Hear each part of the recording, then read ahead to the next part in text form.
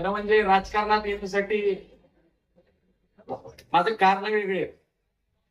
माझे वडील कैलासवासी SR काका हे गोरगरिबांची कामं करायचे.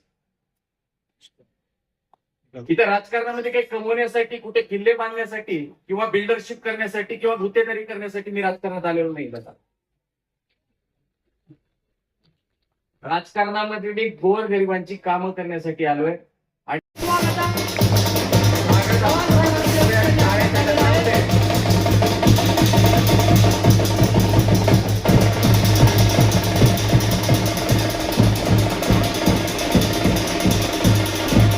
पवार साहेब जे आले आज महाराष्ट्रामध्ये जे वातावरण आहे त्याचा लेखाजोखा सांगणारे व्यक्तिमत्व, गोरगरीब जनतेला आणि महाराष्ट्राच्या जनतेला जे ठामपणे उत्तर देतात, सांगतात की नेमकं महाराष्ट्राची काय दशा होऊन बसली आहे, असे ते नेतृत्व आपल्या सर्वांमध्ये आहेत. आणि पवार साहेब, मी आपल्याला सभेमध्ये आला त्याबद्दल आपलं हार्दिक स्वागत करतो.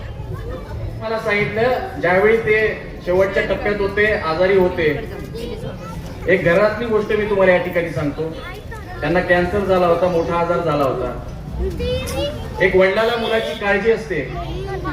त्यांनी मला सांगितलं त्यावेळी की मी लातूरच्या जनतेमध्ये आयुष्यभर राहिलोय, लातूरच्या लोकांनी मला खूप प्रेम दिलंय, एक परिवाराचं मी माणसं पेरले, म्हणजे आयुष्यभर माणसांबरोबर राहिलोय. मला तुझी काळजी वाटते, तू लातूरमध्ये जाऊन लातूरच्या लोकांमध्ये राहा, ते परिवारासारखं तुला सांभाळतील. जेव्हा दादा मी अशा ठिकाणी येतो, मला खरंच वाटतं की मी लातूरच्या जनताने मला खरंच परिवारासारखं सांभाळलंय आणि एक परिवाराचा एक कुटुंब प्रमुख म्हणून मी नक्कीच या गोरगरिबाची सेवा करणार आहे, हे त्याच वेळी मी ठरवलं होतं. आता काय झालंय,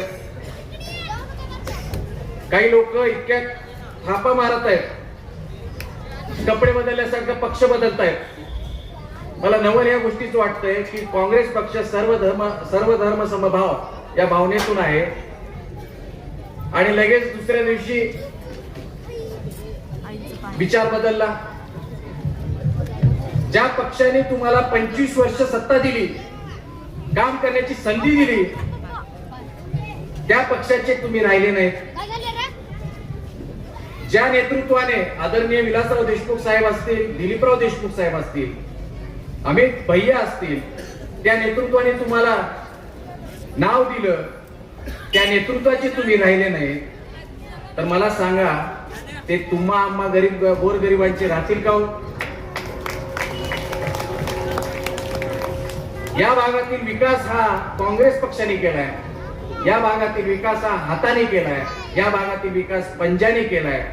परंतु काय झालंय आजकाल दादा, काय झालंय की कसं आहे, पेट्रोल भरत असताना आपण पेट्रोल पंपवरती जातो, त्या ठिकाणी आपण गेल्यानंतर पेट्रोलचा जो मालक म्हणजे माणूस असतो तो पेट्रोल भरतो, रोज भरतो, गाडीवाला जातो पेट्रोल भरतो. आता पेट्रोल पंप भरणारा माणूस स्वतःला पेट्रोल पंपचा मालक समजायला लागलाय. अशी घटना या भागातील झालेली आहे. म्हणजे या ठिकाणी जो काही विकास झालाय, खरं तर हा प्रभाग क्रमांक 14चा भाग आहे. प्रभाग क्रमांक 14 मध्ये 4 नगरसेवक होते, त्यातले 3 भाजपचे होते आणि 1 काँग्रेसचे होते. आज तागायत आपण या सभेमध्ये बसलोय, भाजपचा 1 नगरसेवक आज तागायत आम्हाला दिसला नाही, या जनतेला दिसला नाही. मी म्हणतो या जनतेमध्ये जर कुणाला दिसला असेल तर त्याला मी आत्ताच्या आत्ता बक्षीस देईन. कुणाला दिसला का 1 नगरसेवक भाजपचा? भाजपचे कुठलेच नगरसेवक या भागामध्ये येत नाहीत. इलेक्शन आले की लगेच येतात. आणि जे कोणी काँग्रेसचे होते ते आता पलटी मारून गेलेत. परंतु हा भाग तिथेच आहे, ही जनता तिथेच आहे. हा भाग काँग्रेसचा गड होता काल पण, आज पण आहे आणि उद्याही राहणार आहे. बोलण्यासारखं भरपूर काही आहे.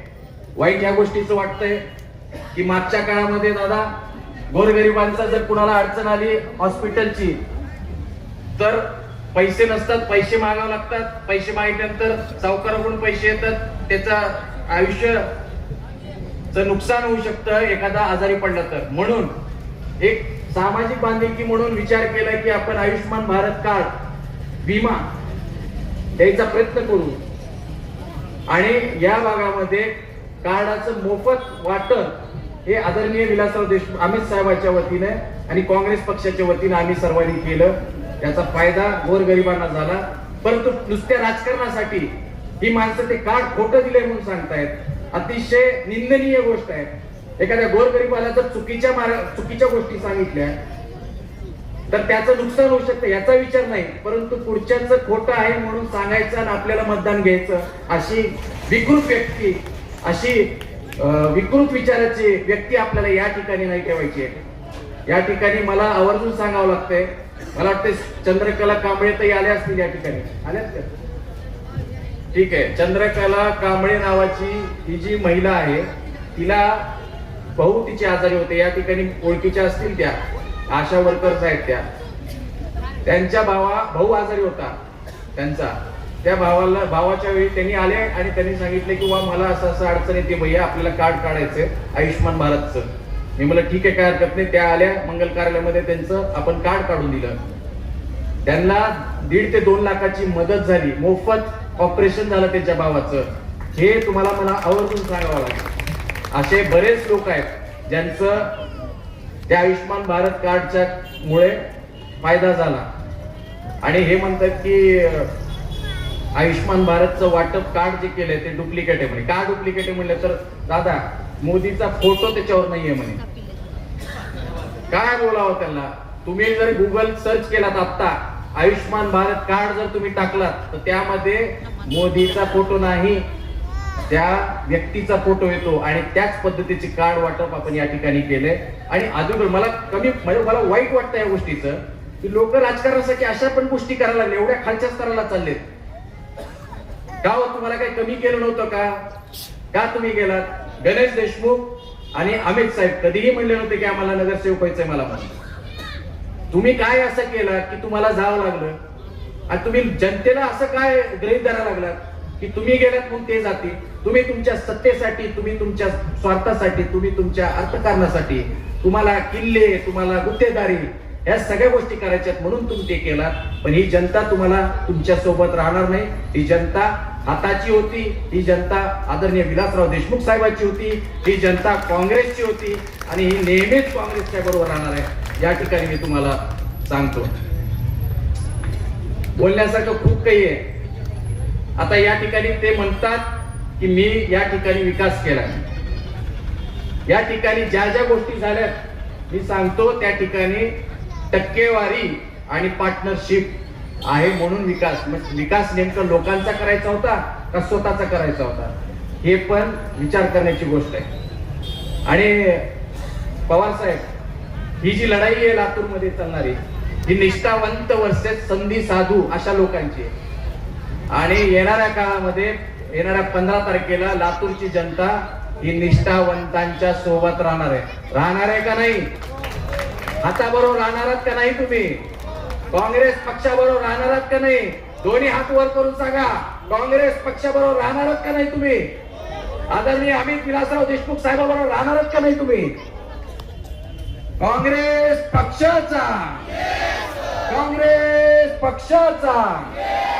बोलण्यासारखं भरपूर आहे, परंतु टाइमची लिमिट असल्यामुळं आणि आम्ही छोट्या छोट्या कॉर्नर बैठका आपल्या भागात घेणारच आहोत. आणि जे काही आमच्याबद्दल सांगत आहेत की हे असं आहे तसं आहे, खरं तर पहिल्यांदा आपल्या प्रभाग क्रमांक 14 मध्ये आदरणीय अमित विलासराव देशमुख साहेबांच्या नेतृत्वाखाली या परिसरातील पहिली उमेदवार रेणुका शिंदे, या खरी भागातली ती मुलगी तुमची उमेदवार म्हणून दिलेली आहे पक्षाने. एवढं लक्षात ठेवा. आणि हे सांगतायत की उमेदवार सगळे बाहेरचे. अहो, तुमचीच एक उमेदवार कुठं तर नगर म्हणून सांगते, कुठं तर धाराशिव मधली म्हणून सांगतात. खरं नेमकं कुठली माहित नाही. तुमचं सांगताय तुम्ही. यातले मॅडम जे आहेत, मॅडम पुढे या हवेली मॅडम, या स्वतः प्रिन्सिपल आहेत, त्यांचं स्कूल आहे आणि लक्ष्मी कॉलनीमध्ये ते राहतात. प्रभाग क्रमांक 14च्या त्या नागरिक आहेत. आमचे सर्वात लाडकी आहे, सर्वांचे लाडकी. महिलांचं मला माहित नाही, पण इथं बावड्याला ओळखणारे खूप सगळेच लोक आहेत. हात वर करा, कोण बावड्याला ओळखत नाही? सगळेच ओळखतात ना बावड्याला. बावड्या कुणाला म्हणतात? मोठ्या भावाला. हा संतोष नरटे, आपला ओबीसीचा उमेदवार, हा खरा दिलदार माणूस आहे. मी तुम्हाला सांगतो, इतका चांगला स्वभावाचा माणूस मी तर लातूर मध्ये अशात नाही पाहिला. त्याच्याबरोबर मी जेवढं फिरतोय अतिशय चांगल्या मनाचा माणूस आहे. जर कुणाला अडचण आली ताई तुम्हाला सांगतो 5व्या मिनिटामध्ये हा माणूस तुमच्या सेवेत हजर राहील याची गॅरंटी मी तुम्हाला देतो. आणि खरं म्हणजे तुम्ही भूल थापांना बळी पडू नका. भाजपचं तेच काम आहे, इलेक्शन आलं की सांगा हम ये करेंगे वो करेंगे, असं करेंगे तसं करेंगे, आणि पुन्हा काय इथं फक्त हात चालतो, इथं फक्त काँग्रेस चालतंय, इथं फक्त अमित देशमुख चालतात. आता मला एकच तुम्हाला म्हणायचंय, काय म्हणते खनी, काय म्हणते खनी, काय म्हणते खनी. धन्यवाद. आणि एकच मात्र बोलतो, चुकीला माफी नाही आणि कमळाला